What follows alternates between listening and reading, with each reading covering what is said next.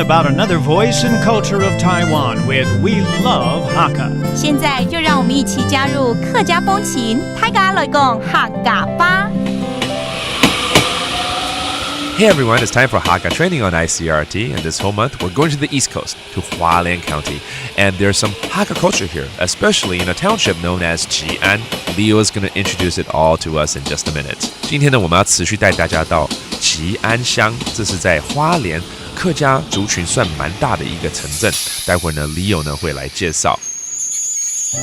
Hi Leo， 来到了吉安乡啊，那是不是可以请 Leo 介绍这边的客家文化？吉安乡的客家人口可以说是花东纵谷这边最多的，所以号称是纵谷客家第一庄那这边有什么东西可以参观这边有吉安客家文化广场，还有永兴村的客家基本聚落啦，这些都是在附近而已。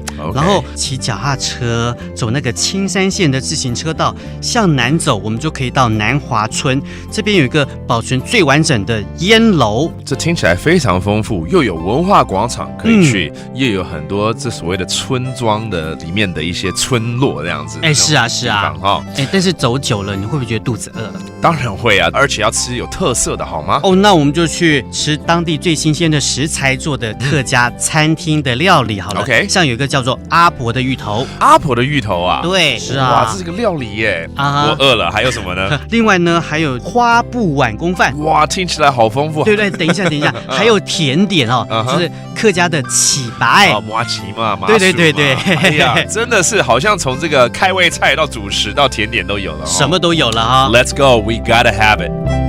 Visit Hualien's mostly Hakka Jian Township to see its sprawling ancient corridors and rustic rice paddies connecting the Jian Hakka Cultural Square and Yongxing Village. Follow the Qingshan Bike Trail south. You'll find Nanhua Village's perfectly preserved tobacco cultural center.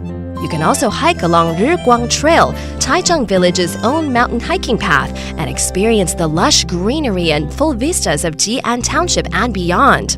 After all that hiking and biking, Jian can also provide you with the best local Hakka dishes to fill your belly. 既然吉安乡这么大，从北到南都可以玩，那我们来教这些方向喽。往南怎么说？向南。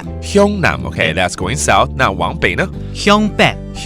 That's going north. 那现在天气很好，好天气怎么说呢？后天。今天的好天气不是后天哦。对，今天的好天气叫后天。Okay, now you know. And that does today's Hakka training. 什么Hakka？俺只say张来了。客家风情由客家委员会监制。We Love Hakka has been brought to you by the Hakka Affairs Council.